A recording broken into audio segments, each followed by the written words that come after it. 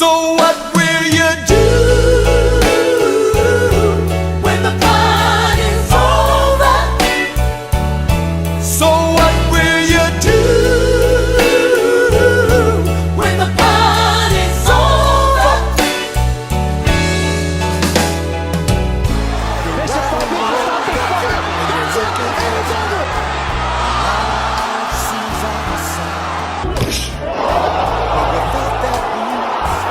Without them drugs, things wouldn't seem so. Hey, welcome to Third Man in the Ring. I'm your host, Popeye Ray. Today, it's really for the ladies. Today we have a testimony from Patricia Blackstock. Blackstock. It's okay. Blackstock. But she is an assistant executive officer of the state of California. You know, California has the most shows, the most fights. And you know what? She's just always there. I'm sure you guys that are watching the fights, you see her ringside. But I want you, today we're gonna hear the testimony of the goods, the bads, how she grew up, her knowledge of MMA, boxing, Muay Thai, all that. So I want you to give a warm welcome to Patricia Blackstock. Hi, Ray. Thank you, girl, for coming out. Yeah, I'm glad to be here. It. So what do you got going today? Today is what, January 17th? I even get nervous, guys. So today we are at the bare knuckle fights. We're at their weigh-ins at Pechanga Casino in Temecula. We love coming here to Pechanga. They're fabulous to work with in the casino. And bare knuckle is new to California. This will be their fourth event with us here in California. I was going to ask that. It's the fourth one, It's the fourth one. And, you know, they just been rocking and rolling, and the fans come out and they like it. And they do everything very safe. They have no issues with working with the commission and doing what we need them to do, and it's just been great. I've been to two already. They were like sellouts. Oh, sellouts. The fans love it. Yeah. I think a little brutal though, huh? It is brutal, but I think that's what the fans love, to be honest. Yeah. I mean, I think they love it. So how's so everybody weighed in, everybody's good to go? We lost one fight. The fighter, he just couldn't cut that last little bit of weight that he needed to cut this morning, and so he was unable, and so that fight got canceled. And then the last guy just weighed in. He was a little heavy, but the other guy's gonna take it. All right, well, we'll get to that too though. But, okay, so tell us a little bit about how you grew up and how you came to be the assistant executive officer. So, because mind you guys, this isn't just, oh yeah, that goes good, oh you can fight, you can't fight. There's a lot of buttons you gotta push, guys, a lot of buttons. And you know what? Let me just throw it out there. In a male-dominating world. a lot of men. Yes, yes. So I grew up in a small town in Arkansas. I'm from Camden, Arkansas, way down south. That explains the accent? It explains the accent. It's not as bad as Andy's. It's a little different. Georgia and Arkansas, we don't sound the same. I have 3 brothers. We all grew up, cousins next door, rough and tumble, little spats, little fights. There wasn't taekwondo or martial arts or wrestling. There wasn't any of that where I grew up. There wasn't any of it. And so I didn't grow up watching boxing. I didn't grow up watching fights at all. Nobody in my family is a fight person. And my son, he's now 21, but he was 5 years old, and we had moved more central Arkansas, and I took him to a Little Dragons class. Uh-oh. So I took him to Little Dragons, and he was going to learn Little Dragons, and the same time Little Dragons was going on, there was adult jiu-jitsu class going on. And I watched it more than I watched my son do Little Dragons. And I was like, that looks so fun. I think I want to sign up and do that. So I signed up and I started doing jiu-jitsu class, and then right after that was MMA class. I was like, I'm going to do that too. Help me get in shape a little more. And what year was this? Oh, so 2008. Oh, okay. So MMA was full flourish. Yeah. So MMA legal in Arkansas. It was everywhere. I mean, everybody was into it. So I said, I'm going to do the MMA class too, just to get into shape. That's the whole reason. And then I went to my very first cage fight. It was a winter storm that hit Arkansas, but I wanted to go watch the guys from the gym, so drove in ice and snow and went. And this was probably 2000. True fan there. Yeah, about 2009. And so first one to watch live. You'd watch it on TV here and there. Watched it live, and I was like, I want to do that. Uh-oh. I want to get in the cage. That looks fun. So I got more into doing the MMA class and the jiu-jitsu. Did a few jiu-jitsu tournaments here and there. Loved doing those. Didn't so much like cutting the weight for those. Yeah. Did it. I don't recommend it. Don't do it. It's bad. Yes. You're a whole different person when you're hungry. You're not the same person. Kind of like you need a Snickers bar. Hangry, is that how they call it? Hangry, yes. And so I kind of would watch fight videos with the guys, like, oh, hey, I took this fight with this guy. We would find their fights on YouTube and dissect it, because you're talking club shows. You're not talking Bellators, UFCs, anything like that.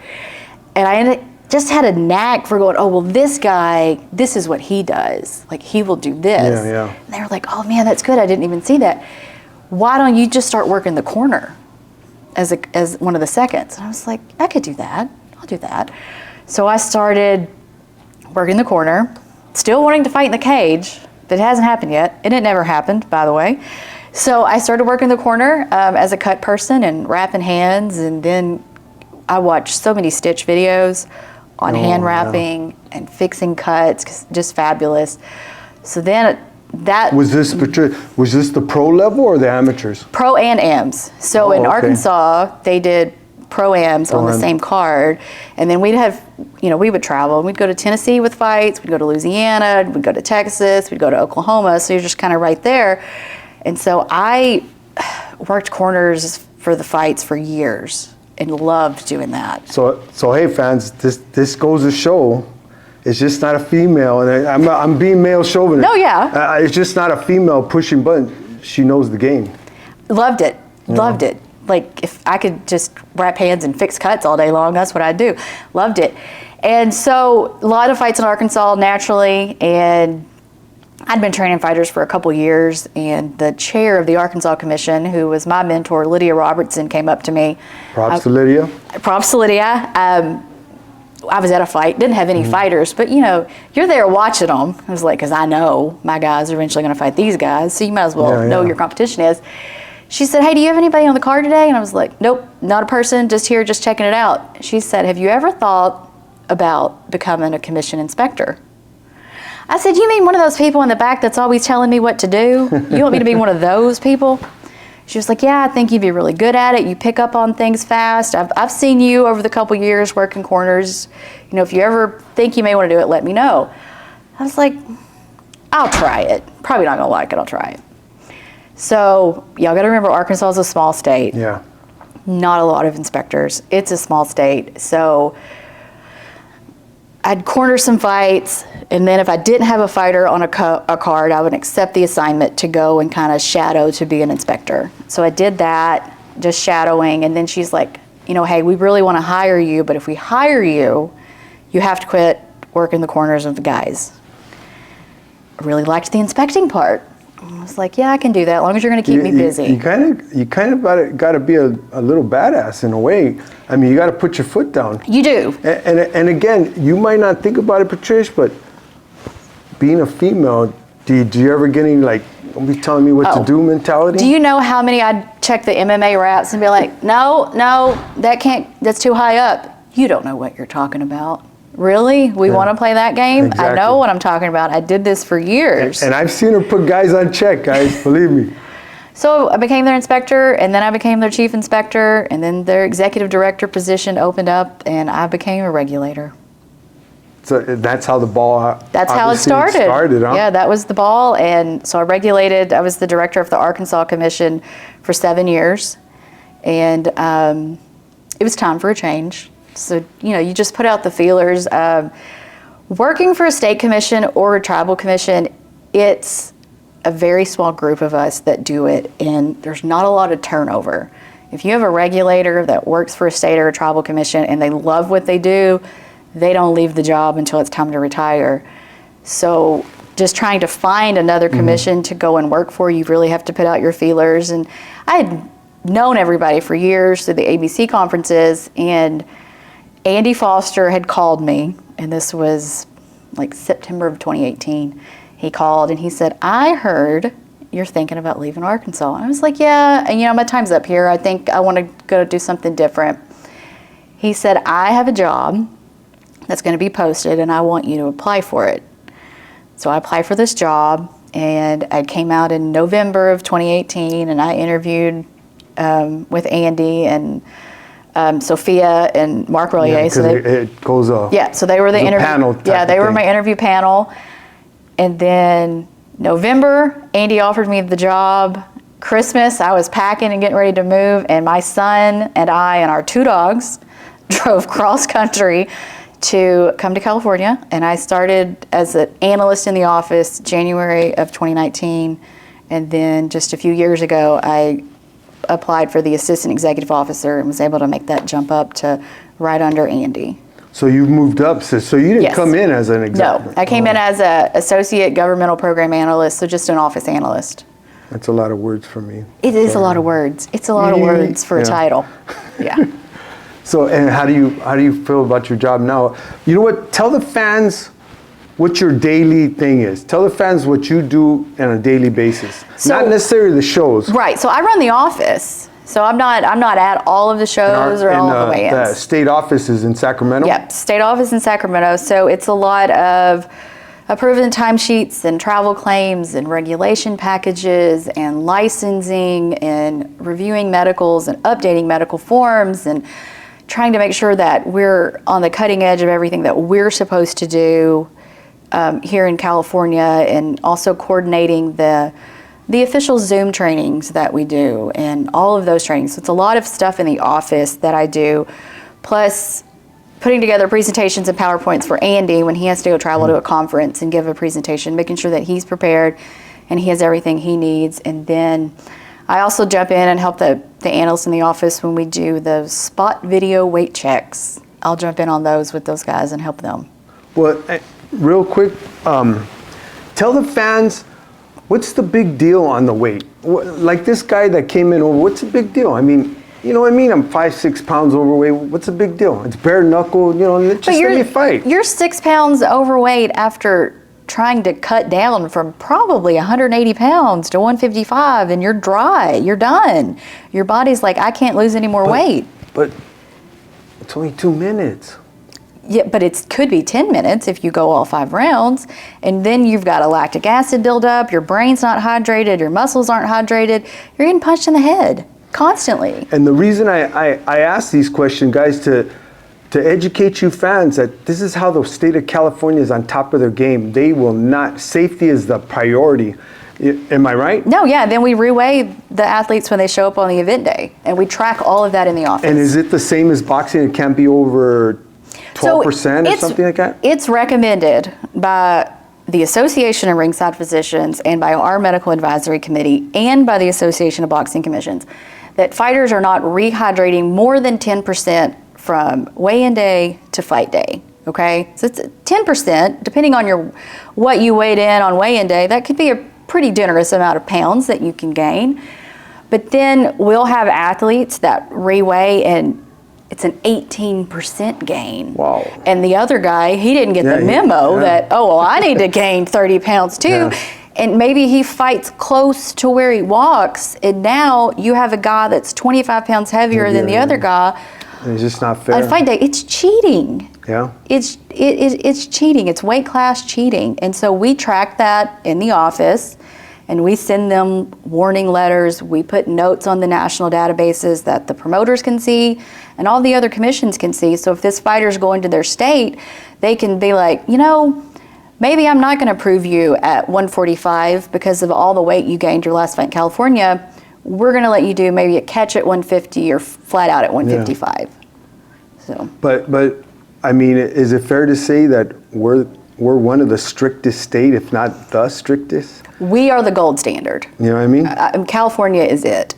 It is the gold standard for tracking it. It's just like our training. We have officials from all over the world come to our training. We've had 500 people on the Zoom trainings. Yes. Yeah.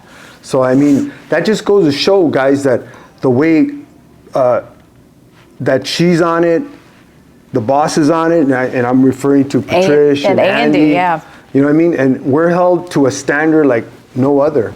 And is it true that we have the most shows in pretty much the world? We have the most shows.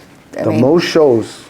And that includes boxing, Boxing, MMA, kickboxing, Muay Thai, and now bare knuckle. And you guys oversee it.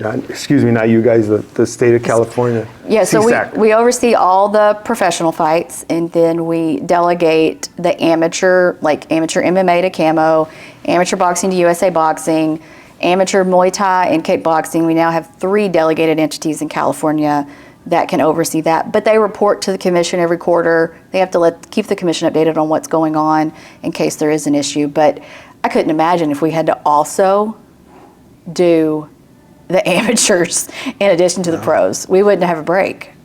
Really, huh? Yeah.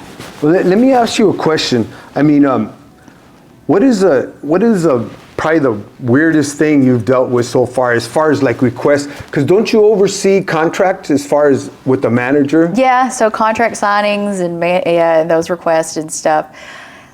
I don't know if they're the oddest. I don't know. I can't say the craziest thing we've ever had or that I've had. And I would assume because they know California's on top of the fine print.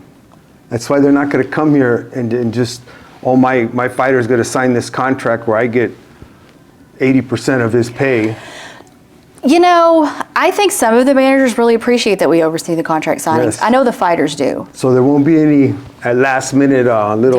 Yeah, the fighters do. They appreciate, you know, especially if it's a CSAC fighter manager contract, it's laid out in terms. They know my manager can't take more than this percentage.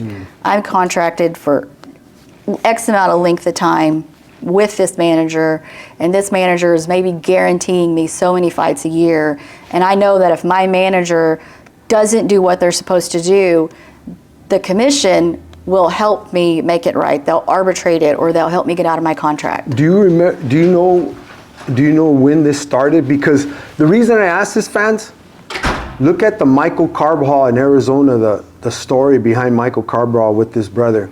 They're still going to court to this day, and this is in the 80s.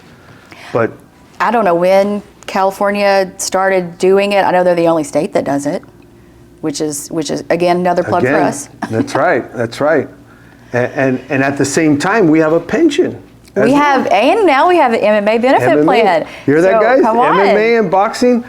How many? And this is props to Andy and his crew that got this going. You know, it's fabulous. I actually just sent out another boxer's pension check last week. So we have our boxers that they're over 50. They have fought the 75 rounds that they needed to in California. It's starting in 1982 to whenever they retired, and they've reached our office and they're like, "Hey, I'm 50 now. I know I'm qualified.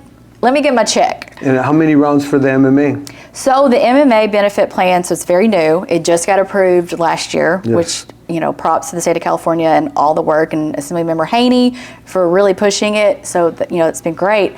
So about 39 rounds in California, you know, to be vested in the MMA benefit. So if you get the 39 rounds, then once you turn 50, got to be 50, then you can, you know, get your MMA benefit check. So it's good. We're the only commission that has that too. That's right. So, That's right. California. yeah, I love sending out the checks to the boxers. Like, Oh, I'm sure I they love it. I love I'm sure doing they it. love it, man.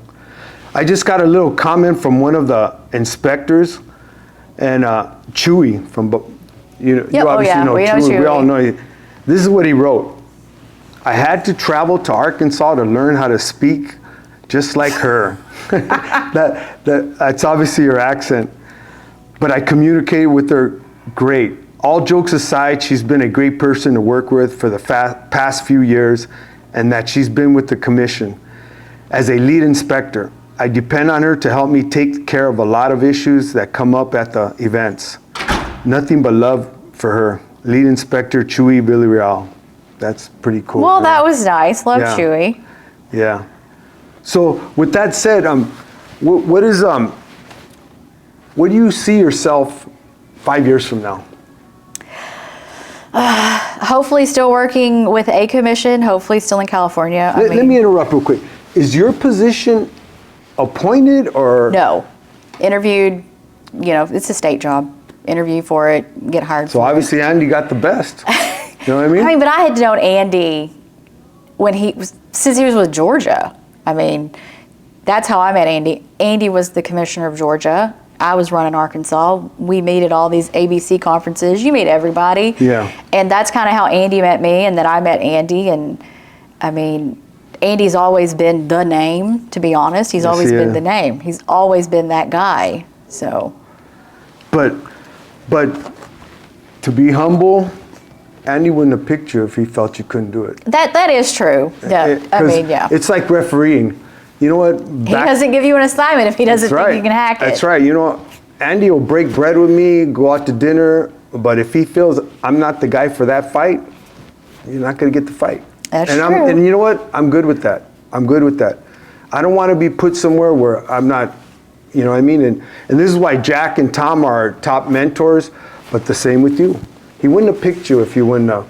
You might have been doing something else because he knew you, but he wouldn't have picked you but you've been stepping up, and we appreciate that. Well, I mean, I love it here. So, I mean, I love California. My son and I, we love it. In 5 years, I'm hopefully to still be working in California. If not in California, you know, maybe with another state or tribal commission in a capacity. Yeah. So what is the biggest thing right now in the state of California? Where do you see California going? Are we still the top shows? Are we still? You know what? Let me get to the point here. Some of the promoters are complaining about our taxes.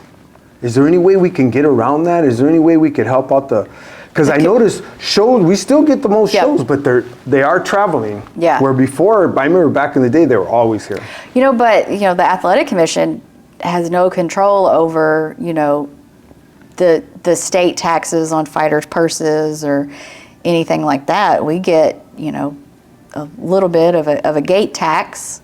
You know, that's what the athletic commission gets. Yeah. But yeah, no, I get it. We hear it all the time. You know, the fighters are like, man, I love California and I want to fight more in California, but that state tax kills me at the end of the year, and we understand their pain, but that's nothing the athletic commission can wave a wand at and make go away. And another question, what are your biggest challenges in the job? I mean, not every day could be, I'm sure it could get stressful. I know that phone is ringing all the time. Yeah, it rings. We do get, you know, here, let me just tell you the craziest thing we deal with in the office. It's not stressful, it's crazy. California State Athletic Commission regulates combat sports. Okay. In anywhere in that sentence, do you think that means we oversee the NFL, the MLB, the NHL, and soccer? So they call you for... We get so many calls. I want to complain about that call during the Cardinals game that was on Sunday Night Football. That's not us. And they'll keep calling until you answer They will keep calling. Yeah. They will send irate emails. They will leave mean voicemails. We're just like, oh, great. It's another NFL call. Wait until the Monday after the Super Bowl. I was just going to say, we're going to get so many Bowl. Calls. Super Bowl Sunday. It's going to be outrageous. That's crazy. So that's kind of the funniest thing we did with The Office. I don't know. Most stressful thing is you just get some individuals and you try to help them and you try to explain, but they don't like the answer that we give them because that's just how it is. They just get a little upset. So you have to let them vent, and then it's like, okay, are you ready to listen to me now? I am trying to help you, but I just need you to listen to me and kind of understand what I'm trying to tell you. So. And what would you say the best part of it? Besides going to these mega shows. Besides the mega shows, I don't know. Meeting the fighters. You know what I love? I love being ringside. I love being ringside. If you've seen me ringside, you're like, who's the lady with the bushy curly hair that's sitting down there and she's short. Now you can say hello, guys. She's trying to look under the boxing ropes because she's short. I love being ringside, but I also love, and I shouldn't love for fighters to get cut. I don't love for fighters to get cut. I do enjoy watching the doctors do the sutures. I know, but you can remember, that's what I did. I was a cut person, so I wrapped hands and worked on cuts. So. Yeah, so what do you think, on a serious note, on all kidding aside, how's our safety record? California safety's record's great. I mean, we are very good at what we do from the office end. So is it fair to say we keep our doctors? Our doctors are trained. Yeah. Our doctors are fabulous. They know what they're doing. They're a great resource for us to talk to and ask questions for. And then I know people are like, oh God, California has so many medicals. Yes, we have a lot of medicals, but they're necessary and they're safe and they make the fighters safe. You wouldn't believe, we'll get fighters they've been fighting and they'll come here and it's maybe the first time they've ever had an MRI done, ever. And they've had 20 fights. So, Andy and you are in the commission, our inspectors. I'm going to ask you about our inspectors, but I got a real quick comment from Tom Taylor, the referee, probably the most popular referee in the world right now. He said, Patricia is a great team leader, incredible organizing skills, easy to work with, and a high combat IQ in the combat sports. That'd be because all I do is watch fights when I'm not working. Yeah. But on that note, what about our inspectors? What's so big about having an inspector in the corner? You ever been to a state where they don't have inspectors in the corner? Yes. Come on. And the mayhem is ridiculous. It is ridiculous. I mean, so tell the fans, what's that inspector really there for? Is he there to escort the guy out or his bodyguard or what? I mean, he walks with the fighter, to the ring or the cage, but he's sitting in the corner during the fight, he or she, and they're not watching the fight. You don't really get to watch the fight if you're that person. Yeah. You're watching the coaches. What are the coaches doing? You're making sure that's actually water that they're giving them. You're making sure that if the fighter gets a cut, and let's say the coach is also the cut man, and he's getting his cut med out, it's an approved cut med that he's not going to try to sneak in super glue. I mean, come on. It's happened. It's happened. It's not here, but it's happened. Yeah. So that's what that corner's doing. And then also, you see them, they come in the ring or the cage in between rounds, and you kind of see them, they're staring at the fighter, but they're looking at the fighter and they're listening to the coach, because sometimes the fighter will say, hey coach, I'm done. But the coach is like, no, you're not. You got one more round, you're going to keep going. But it's up to that inspector. If he hears that, he tells the referee, hey, I just heard this fighter say he's done, and the coach is not taking it. But the inspector also positions theirself in a way to where the doctors, who we all see, they're able to have a clear view as well of the athlete. So they can see if the athlete maybe looks like they're in distress, and the inspector is able to relay that information. Is it fair to say they're the law in the corner? They are. They're the law in the corner? They're the law in the corner. And they've done all their checks in the back. They've made sure they have a mouthpiece and it fits. It's not going to fly out of their mouth because they went to boil it in a microwave 5 minutes ago. The athlete has their protective gear. They've got, MMA shorts without pockets on them. Yeah. That they have everything. So they've done their checks, and then they're in the corner and they're making sure everything's going right, that it's supposed to go there too. And they're also making sure, let's say the coach is ready to get the guy out because he's just gotten the tar beat out of him. That chief second is able to tell the inspector, hey, I want my guy out. And so the inspector's like, so you want me to stop the fight? We're not throwing in the towel literally, but figuratively throwing in the towel. And if the fans know, tell them, Patricia, that in California, we don't have the chief throw a towel in. No. It's our inspector. They notify only the chief. Only the chief can tell the inspector, and the inspector, in boxing, he takes the stairs, and you as the referee, you see them, and they're like, hey, this guy's stopping the fight. In MMA, they stand up and they kind of get the ref's attention while they're in the cage to let them know, hey, they're stopping the fight because they're saving their fighter. Their fighter's done. And does the inspector just become a inspector, or does he got to go through training? There is so much training to be an inspector. Intense too. I've seen it, guys. It is intense, and God bless the fans. And we get the calls. They're like, "Hey, I've been watching sports on TV since 10 years, and I want to be that person that's in the corner." And everybody wants to be that person, but there's so much you have to do to be that person. Well, you have to put in the work. You have to put in the work, and you really don't get to watch the fights as that person. That's right. So if you call Patricia, To say, hey, I want to be an inspector. It's going to take some work. It's going to take some work. It's going to take a lot of work to be that person. I got another comment from Jack Reese. You guys all know Jack Reese.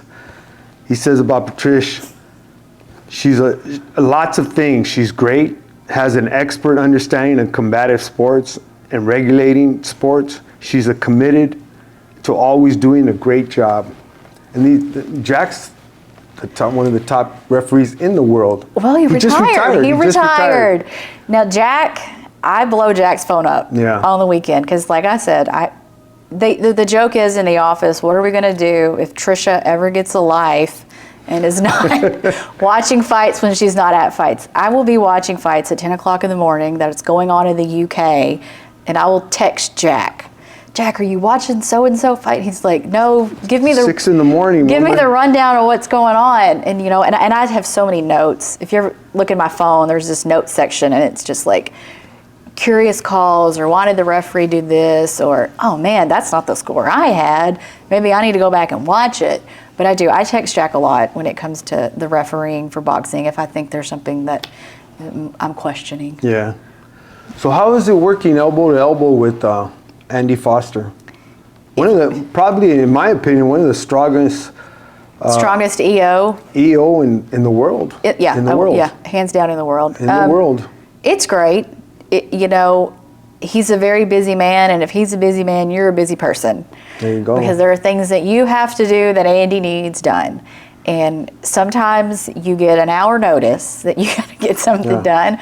Sometimes you get a week's notice. But to have the chance and the opportunity to work for Andy, I mean, it was a no-brainer. Like, duh, yes. Is he a cool boss? He is a fantastic boss. He's very funny. He comes out of left field with a funny one every now and then. It shocks me even. He's a funny guy, and he loves The Office, the show The Office. He will quote it nonstop in our office. Yeah. So, I said it probably in every podcast. Andy's so intense with, he tells us, I don't know what he tells the inspectors, but he tells us in training, he told us like 5-6 years ago, if you bring, with his accent, if you bring shame or embarrassment to California, you will not work. You will eventually work, but you will not work. He'll sit you down. That's right. Yeah. And I can only imagine what he tells the inspectors, Oh, yeah. Because when Andy does a debrief, we always have debriefs after a fight. Yep. And what's that about? I mean, it's really good. Andy and I both do it. Like if Andy's at a fight, you see him, he's writing, he's taking notes, and I do the same thing. So, maybe, one judge was the off man. And, keeps us accountable, guys. And it's like, what is this judge seeing? What did he see during round 2? And so Andy asked that, in the debrief. Hey, Ray, you scored it for this guy. Why did you go that way? And that's what I'm saying. You better have an explanation. You better have an answer. I thought he won. You say something like that, you won't be working for a while. But your answer needs to be criteria justified. Yes. Per the criteria, this is why I went that way. Like in MMA, hey, why'd you pull the trigger on the 10-8 instead of I was just going to bring that up. 10-9? And he's not a 10-8 guy, type of guy. He'll take a 10-8, but you better have. Why did you pull that trigger on the 10-8? I don't know how it is with MMA. He might, but I know in boxing. If there's not a knockdown, that's right. Don't send a 10-8. Don't give him no 10-8. But if there is a knockdown, don't send me a 10-9. Yeah, that's right. Yeah. I've seen him get mad about that before. Yes. Yeah. But yeah, so Patricia, before we get off, I just want to, what do you do on your free time? Oh, I watch fights. Huh. Oh my gosh, I watch fights constantly. That's what I do. Are you married? I am happily divorced, Ray. Oh my God, happily divorced. Happily divorced. I served marriage jail time for for 4 years, and I wouldn't do that again. But you're a mother? I'm a mother. My son is 21. They're like, oh my God, she's a 21-year-old. I had my son very young. Name? What's his name? His name's Trey. Trey. He does watch your podcast. So I told him I was going to be on. He was like, oh, that's going to be good, Mom. And I was like, okay, we're going to see about that, kiddo. Maybe I should interview Trey, huh? He's going to, no, because he'll tell you things that I did when I worked corners that corners should not do. Yeah. So no, I had my son very early in life, but I have been toting him to fights and to ABC conferences and boxing trainings and referee trainings since he was 5. So he knows the sport then. He too, knows as well, the huh? sport. He did some taekwondo tournaments and jiu-jitsu tournaments, and then he was about 12, and he said, "Mom, I think I want to amateur box." Okay. Took him to Ozell Nelson's gym. Ozell used to train Jermaine Taylor, and that's where I took my kid. And your son boxed. Yeah. Okay. My son got his first amateur boxing fight, and it felt like there was a tornado swirling in my stomach. I was like, I don't know. 5 of my sons fought, and oh my God, it just It's like, I don't know if I'm made cut your out for head- this. And then when my son turned pro, oh my God. Yeah, it was like, I don't know if I'm cut out for this. And so he boxed for a little bit, and then we moved to California, and he hasn't picked it back up. I recently, after a 10-year break from doing jiu-jitsu, started doing jiu-jitsu again, and it is not like riding a bicycle. You remember how to ride a bicycle. You don't remember how to move your body in jiu-jitsu if you've taken a 10-year break. You And the boss is a black belt now, huh? He's high up there, yeah. Yeah, I seen that he got his black belt. Yep. So what kind of music do you like? I listen to everything. Tom Taylor laughs at me when we're at fights because he sees me, I'll be like moving around and mouthing the words. I listen to all kind of music, so I love the fights when there's a plethora of things that I get to listen to. Yeah, I'm the same way. I like country, oldies, Yep. soul, rock and roll, yeah. I'm the same way. And if you had to go out to a nice dinner with your boy, what kind of food would you go? Oh, well, my son would prefer to go to a seafood restaurant. I don't eat seafood, so we would Yeah, so compromise. That's right, compromise there. And we both like hibachi, so Hibachi, huh? yeah, we like hibachi. But then California Mexican food is different than Arkansas Mexican food. Apparently we eat Tex-Mex, very watered down Mexican food. I don't But know, I went there a couple times in Texas. They had some good food there. it's different. But I noticed like New Mexico, their Mexican food was a little different. I Yeah. remember the first time I ate at a Mexican restaurant here in California, I asked for cheese dip, and I got looked at like I was crazy. And they're Like, like, what are you talking about, girl? And Ed Calantas was like, "What did you ask for?" And I was like, "Cheese dip." He goes, "No, that's not a thing. That's a Tex-Mex thing. It's not a California Oh, thing." okay. I was like, "Oh, well, now I know." So, Patricia, what I really want to ask you, speak into the camera, if you've seen a little girl or even a teenage girl striving to get into anything, whether it be sports or because we tend to have in this male dominating world, how would you encourage her? What would you tell them to do? I'd say do it. I mean, Ray, by sophomore year of high school, I joined the boys football team. Wow. And I played football my 11th and 12th grade year in high school. And I say, if you want to do a sport that is about the men, who cares? That's right. Do it. That's right. Do it. Push the lever, break the glass ceiling, punch through, because you can do it. That's right.